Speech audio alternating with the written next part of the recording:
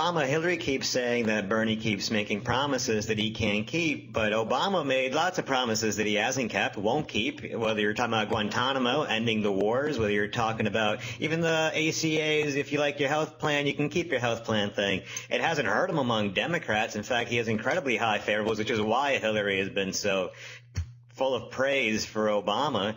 So, Eric, is it the negative really that he's making big promises, or is the negative the person that's not even willing to fight for a party's ideals? I think the negative is on Hillary Clinton. You have to remember, too, she never even took a stance until Bernie started going all progressive. For the longest time, Clinton shied away from everything. She never gave honest answers. It's Bernie who's pushed her to be more of an actual legitimate candidate, and whether she likes or not is still the question. I find it coincidental, too, that, she ran against Obama in 2008. She probably hammered him on the same points, and suddenly now she's acting like he's an angel. It's just, it's total campaign bullshit. And I'll go with the guy who has stood by his guns for over 30 years versus a lady that flip-flops every other week. Yesterday during that debate about how much you would raise the size of government, Josh, she said, $100 billion. That's not like, if you just kept spending levels as they are, it would go up more than $100 billion by the next budget year. Is this really the progressive icon that we're looking for?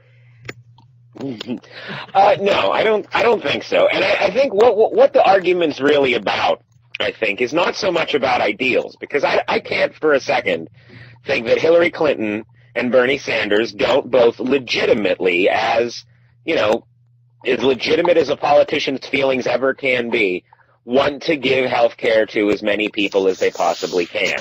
I mean, say it's civic altruism, say it's they want a dope-ass legacy. Either way, I believe that they both want that. It's too hard.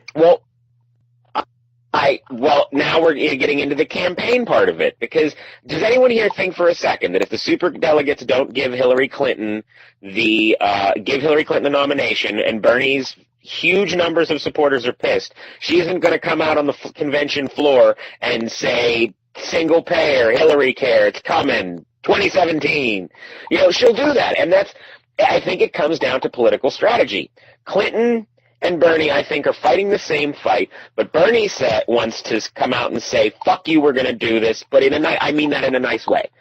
And Clinton is going to come out, and she is going to do and say whatever she needs to do to get the position to then do what she wants to do, which either is good or isn't good. That's a matter of opinion.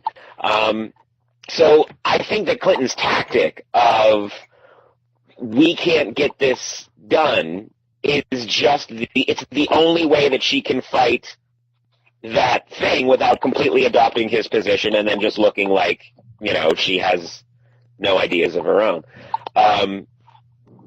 So I don't know. And I think that she is, as Peter said before, she is an evil mastermind. And we're in South Carolina now, and that's where the gloves come off and the keys get put through your fingers.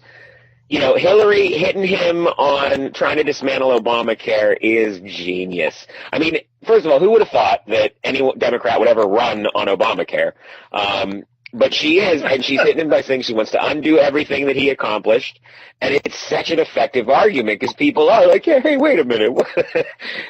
So it's a tactic, and I think it's a bad one that won't ultimately work. It's silly if you have any. I mean, if you look at her campaign history, she's not a great candidate. She sucks as a candidate. It's just, it's ironic to think that if you put whatever Bernie wants to a vote, that miraculously by putting that bill on the floor, you're just abolishing the entire new health system we just created.